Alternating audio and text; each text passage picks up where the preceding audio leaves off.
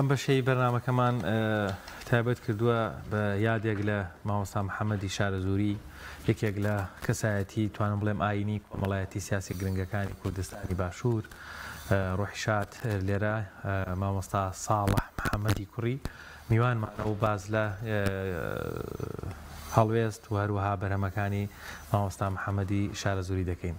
مامۆستا ساڵحیان زۆر بەخێربێن. هەموو جارێک لەم یادەیە ئەمە پێکەوە بینشەڵا نزامتان ناکولێنینەوە، بەڵام یادکردنی مامۆستا جۆرێک لە جۆرەکان بۆتە ئیتر مڵکی گشتی و مڵکی هەمومانە. پێم خۆشە لەم ڕۆژەیە ئەگەر قسەیەکە بێ بەر بچینە ناو قسە باسەکەمانەوە. بسم الله والصلاة والسلام على رسول الله وعلى آله وصحبه ومن والاه. سەرەتا دەستخۆشتان لەگەم، خۆی گەورە سەلامەتان کە سوپاسانەکەم کە هەموو ساڵە گەورەی ئەنوێن و یادی باوکمەکەنەوە. هیوادارم یادی باوکم بێتە مایی خێر و سەدەقەیەک و دوعایەکی خێر کە بۆی بڕات و هەموو دانیشتن و عەزێتمان دووبوونێکیش بێتە ئەجر و پاداشتێک بۆ جەنابتان ئینشەڵڵا. مامۆستا محەممەدی شارەزووری لە نێوان هەڵوێست و گوتار و بەرهەمەکانیدا وەکو باوکت نا، وەکو کەسێک کە بەرهەمەکانی مامۆستا محەممەدی شارەزووریت خوێندوێتەوە، چه سەرنجێکت لا دروسە بێ؟ وڵات سەرەتا پێشەوەی باسی بەرهەمەکەگەن بە کورتێ باسی ئەو واقعە بکەین کە تیایان نووسراوە. بەرهەمەکانی مامۆستا شارەزووری لە ساڵانی تەقریبەن هەفتاکان و هەشتاکان هەموو نووسراوە، هەمووی کۆی بەرهەم و هەوڵ و تێکۆشان و هەڵوێست و وتارەکانی هەموو نزیک لە ماوەی 12-13 ساڵا بووە لەو فترەیە بووە. لەو کاتە کە نووسراوە کە مەوجەی ئیلحاد، مەوجەی مادیەت، مەوجەی مارکسیزم، فرۆیدیزم لاین لەو سەردەما لە لوتکا بووە. یعنی بەڕاستی دینداری لە جۆرێکا بووە یاخود بەس تەنها کەسە بە تەمەنەکان دیداریان کردووە، یاخود لای کەسانێکی زۆریش هەر ئەسان دیداری وەکو جۆرێک لە عیب و شەرمی لێ هاتووە. وای لە تۆ چینی نوخبە و چینی خوێندنەوار بە شێوەیەکی گشتی چینە مادەگەراکە بووە، چینە ئیلحادەکە بووە بە شێعی وڵات تقریبا واکات لەو سەدەماوەکە. لەم واقعە و لەو سەدەما کە دینداری وەکو جۆرێکی تا حدێک بڵێن عیبێکی لە هاتووە، وەکو دین ینی کەم بووە، کز بووە، زۆر لە ناو خەڵکیە. بۆیە لەو کاتەیە وتارەکان لەو کتێبەکانی ئەنووسێت بە کتێبەکان و بە بەرهەمەکانی ئەتوانین بڵین بە شایەتی ئەوانەی کە لە واقعە ژیان لەو سەدەما بوون شۆڕشێک بووە.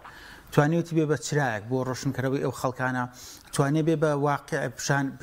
ئاوێنەیەک بێت، بتوانێت ئەم دینەوەکو خۆی پیشانی ئەو خەڵکە بدات و بێنێتەوە جارێکتر بێنێتەوە مەیدان. توانێتی وەڵامێک بۆ پرسیاری ئەو گەنجانی کە لەو سەدەمە پرسیارم بۆ، توانێت بۆ وەڵامێک بۆ ئەو پرسیارانی کە ئاڕاستی ئیسلام کراوە کەسانێکی زۆر نەیانتوانێت وەڵامی بدەنەوە. بۆیە کتێبێکی واقع بۆ سەردەمی خۆی و شۆڕشێکی فکری بۆ لە کاتی خۆیان. مامۆستا لە ژیانیدا دەتوانین تیشو بخێنە سەر سێ خاڵی گرنگ، ئەویش وتارەکانی و بەرهەمەکانی و خەبات و تێکۆشانی دژی ڕژێمی بەعەز. سەرتا بە وتارەکانی دەست پێ بکەین. وتارەکانی کەمێک جیاوازتر و لە سەردەمی و خۆی لەگەڵ مامۆستانی دیکە وتارەکانی سەردەمیانە بوون. زۆر جار باز لەوە دەکرێت کە ئێستش گویان لێ بریێستێکی کە هەری بۆ ئەم سەردەمەش گونجاوە.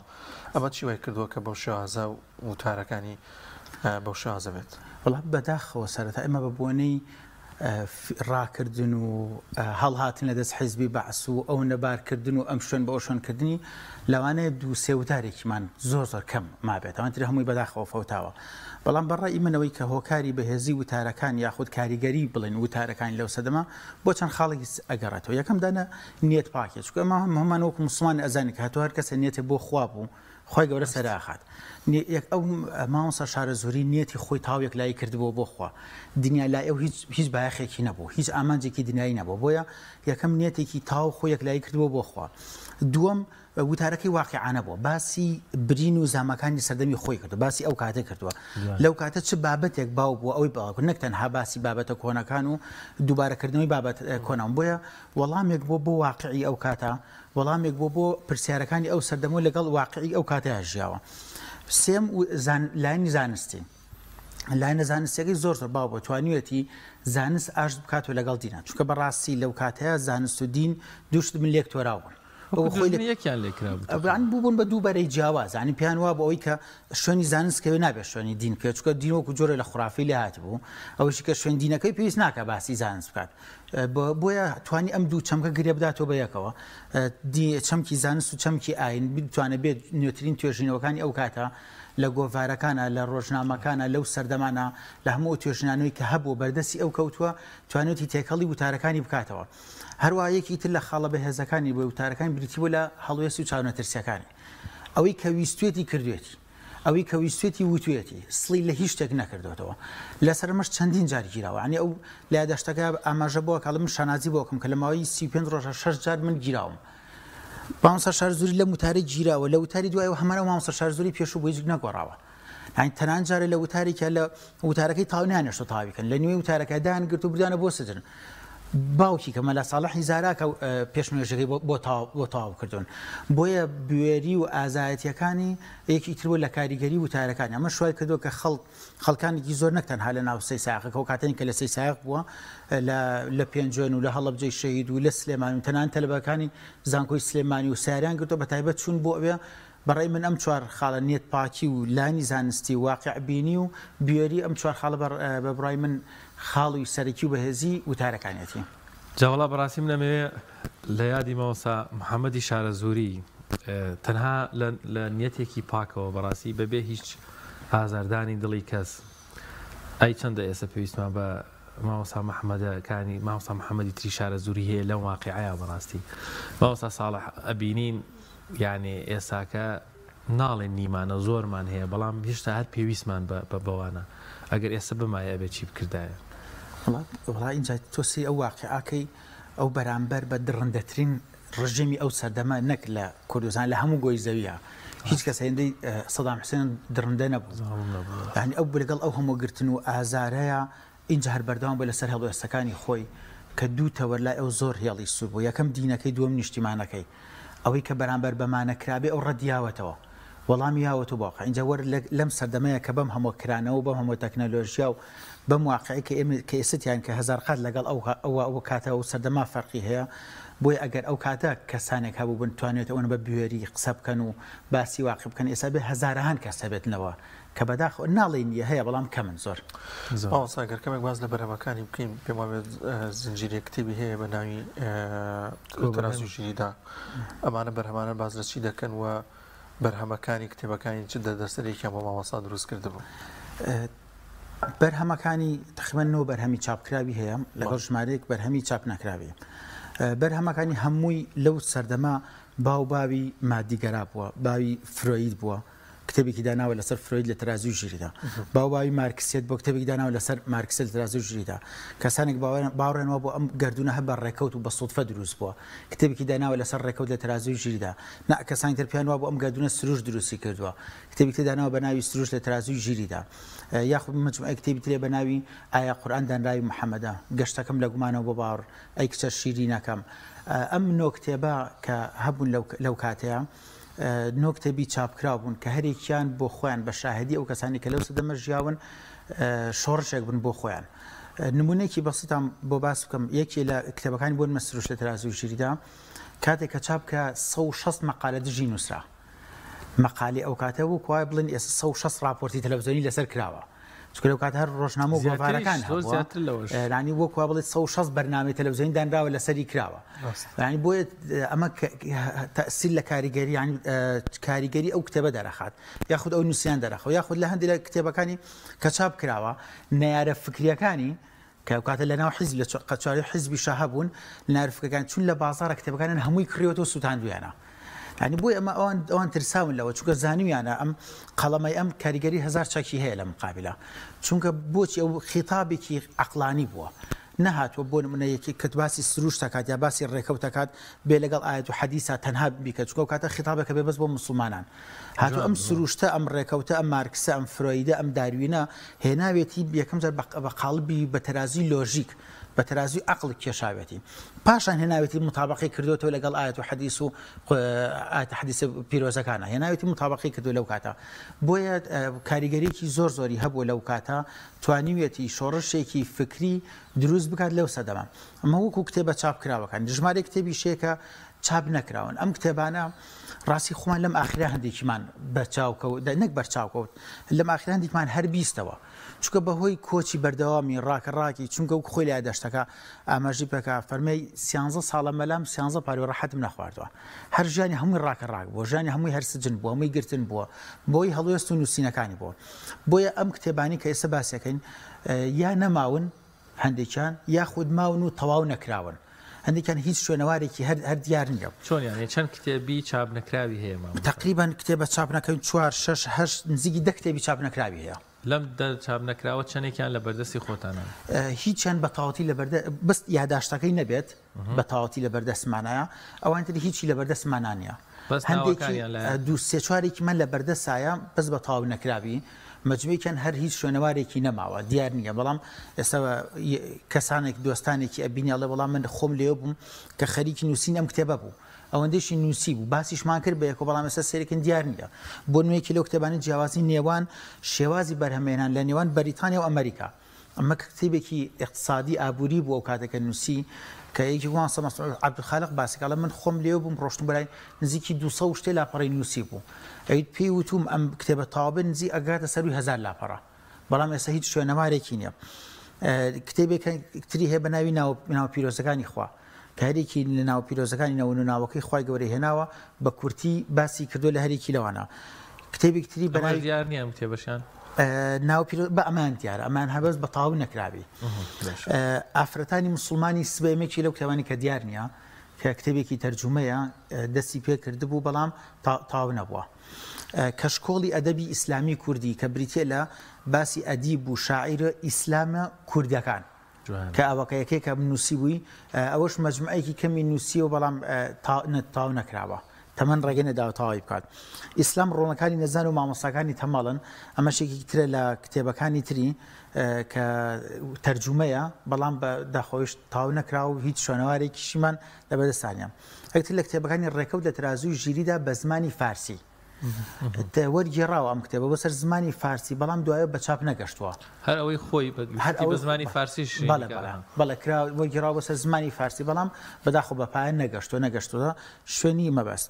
نەفامی سەدەی بیستەمێکی بوو لەو کتێبانی کە لە سەدەمی سەربازی عسکەریان نووسیوێتی لە ساڵی 60ەکانە لە ساڵی 1966 ئەو ناو نووسیوێتی ئەویش بەداخۆی شوێنەوارێکی نییە و تاو نەبووە کتێبێکی تری هەبووە مۆسیعەیەک بووە مۆسوعەیەک بووە بە ناوی هەکبەی شارەزووری هەکبەی شارەزووری بریتیە بۆ لە چی بریتی بۆ لەو کتێبە ناوی هەموو کەسایەتیەکانی کوردی ئیسلامی ئەم واقعی و ئەم ناوچەی خۆمان بەپێ حروفی ئەبجەدی کە بەداخەوە بەس حرفی ئەلفی تاو کردووە ئەگەر تاو بووایە لەوانێت چەندین مجەلی لێ دەربچوایە لەو کاتە بەڵام بەداخەوەش تاو نەبووە کتێبێکی تری کە تاو بوو لە بەردەستە کە ئینشاءڵڵا لە بەرنامانە هەیە کە چاپی بکەین بریتی لە یادداشتەکانی شارەزووری یادداشتەکانی شارەزووری بریتە لە باسکردنی ژیانی خۆی لەگەڵ ئەو واقعی کوردستان و جیهانی ئیسلامی و عێراق و هەرێمی کوردستان لە ناوچەکەیە بەپێی ساڵەکان لە ساڵی 47 لە دایکبوونی خۆیەتی هەتاوەکو تقریبا نزیکی مانگێک پێش وفاتی نووسیوێتی مامۆستاشوان بەوەی کە مامۆستا 40 ساڵ تەمەن ژیاوە یانی تۆ سێر کە ئەم هەموو گرتن و ڕاکەڕاک و ئاوارە بوون و تێکۆشاندژی بەعس و ینی لەگەڵ هەموو ئەمانەشدا لە نووسیندا نەبڕۆ ماشەڵڵا و بەرهەمانی هەبووە لەگەڵیشیدا بەرهەمانە هەربوونیان هەبووە سەبارەت بە تێکۆشان و خەباتی دژێرژەی باسی و کاتە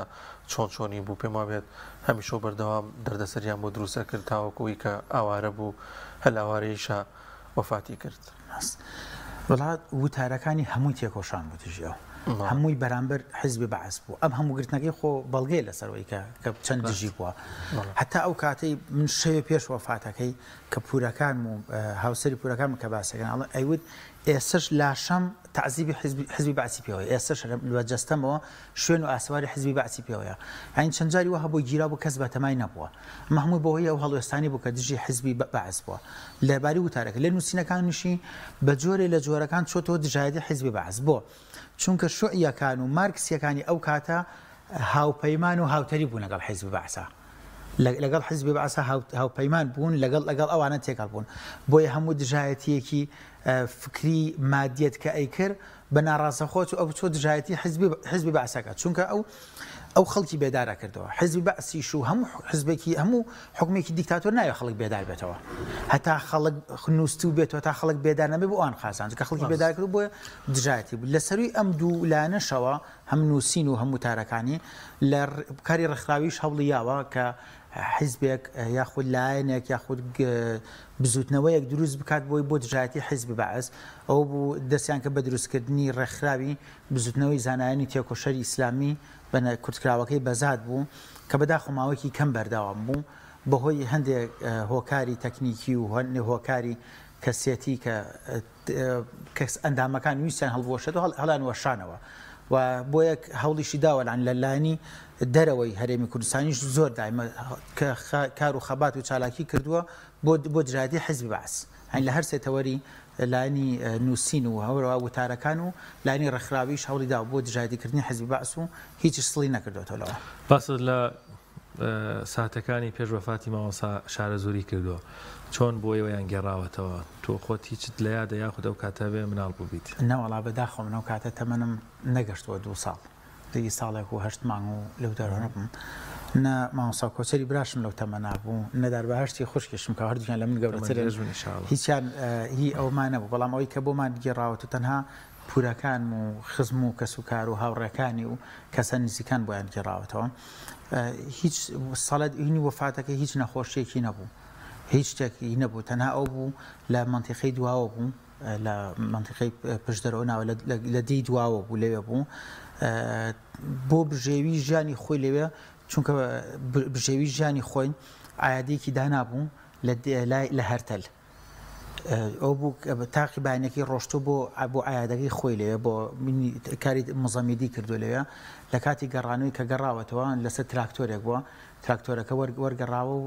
بەداخەوە تووشی نەزیفی داخلی بۆ لەسەر دەست بەجێ وەفاتی کردووە ڕۆحیشان بێشەڵە مامۆستا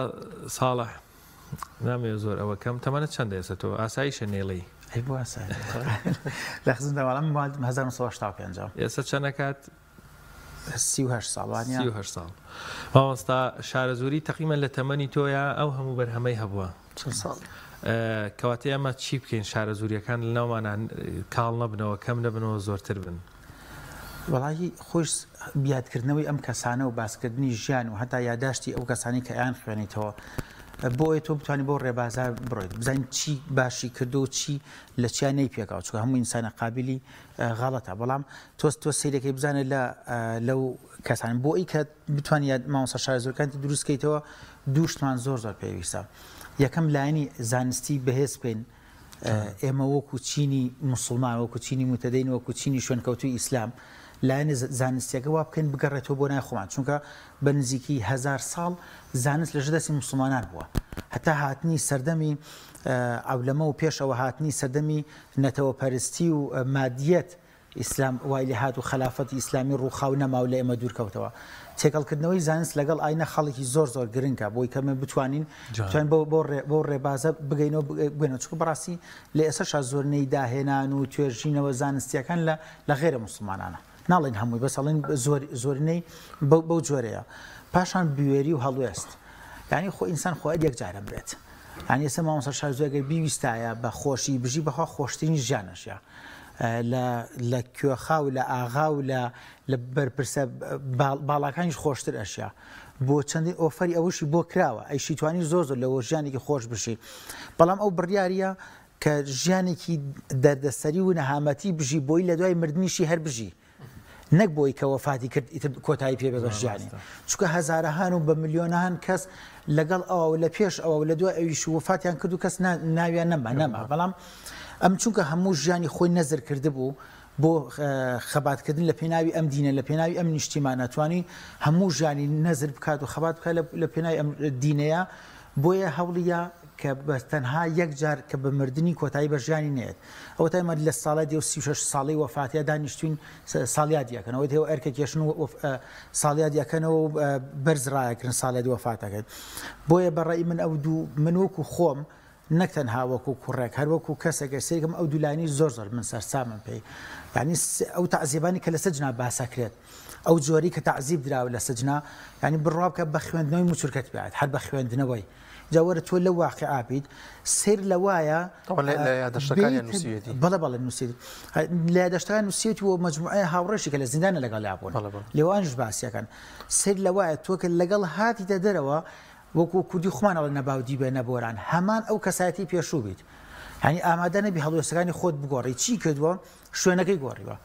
لە سیسا خۆ هاتووە سلێمانی لە سلێمانەوە چۆتە چنگیان لە چنگیانەوە چۆتە دواوە لە دواوە چۆتە ئاغجرە لە ئاغجرەوە چۆتە ماخ و بزان ینی بەردەوام ڕاکڕاک و شوێن بووە بۆی زۆر جەروا بوو بە ناوی تر خۆی ناساندووە بە ناوی تر خۆی ناساندوە تا ماوەیەک لێو بۆ تاوەکو کەش بوو تر هەتاوەکو زۆری بۆ نەهاتووە لێو بەرداوا بوو جاریوا بۆ ڕای کردو بە جۆرە ڕای کردوانی ماڵەکە بەس مناڵەکان و ماڵ و مناڵی بردووە تاوەترەوە بۆیە ئەو هەموو شنیشی فەوتاوە ینی بۆیە بەرداوام لە هەڵوێستەکانی باجی هەڵوێستەکانیەوە ڕۆحی شاد ئیشەڵا باست لەوە کرد کە یادداشتەکانی حازرن بۆ چاپکردن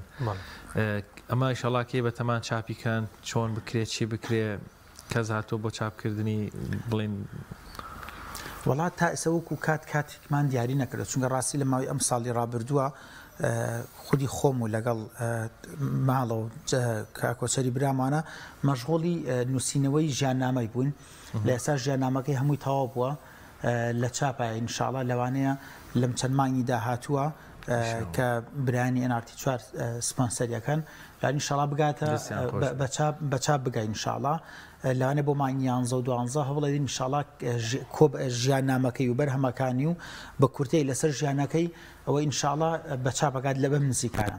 کە ئەم بەش چاپ بگەێت ئینشاڵڵا بۆ هەنگاوی داهاتوو هەوڵێن یادداشتەکەی بە چاپ بگەێنین چونکە یادداشتەکەی مجموعەن وەکو باسم کرد باسی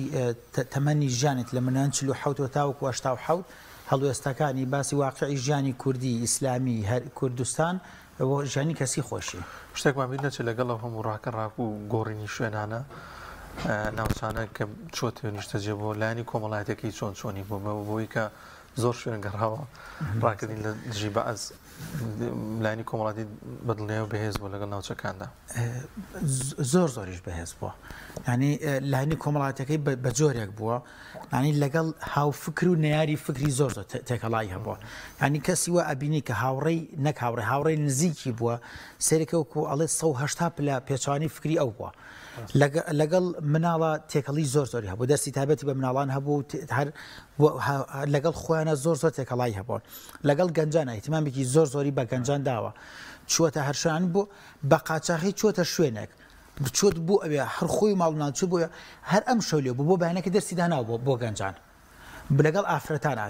لەو سەردەما ئەو زۆر هانی خەڵکیدا کە ئافرەت بخوێنێت ینی خەڵک لە زۆر شوێنە ئیستیعابی ئەمەی ناکرد نابێ ئافرەت لە ماڵ بچێت نابێ بخوێنە بۆیە زۆر بەردەوام پێ ئەوت نەویت کاکە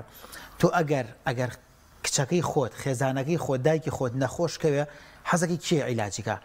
پزیشکێکی پیاوە بیکە یا ئافرەتەی ئەویت ئافرەکەی دێ بابا بە کچەکەی من تۆ بڕوا بخوێنێت بێ بۆ پزیشکە ئافرەتەکە عیلاجی کچەکانی خۆمان بکاتەوە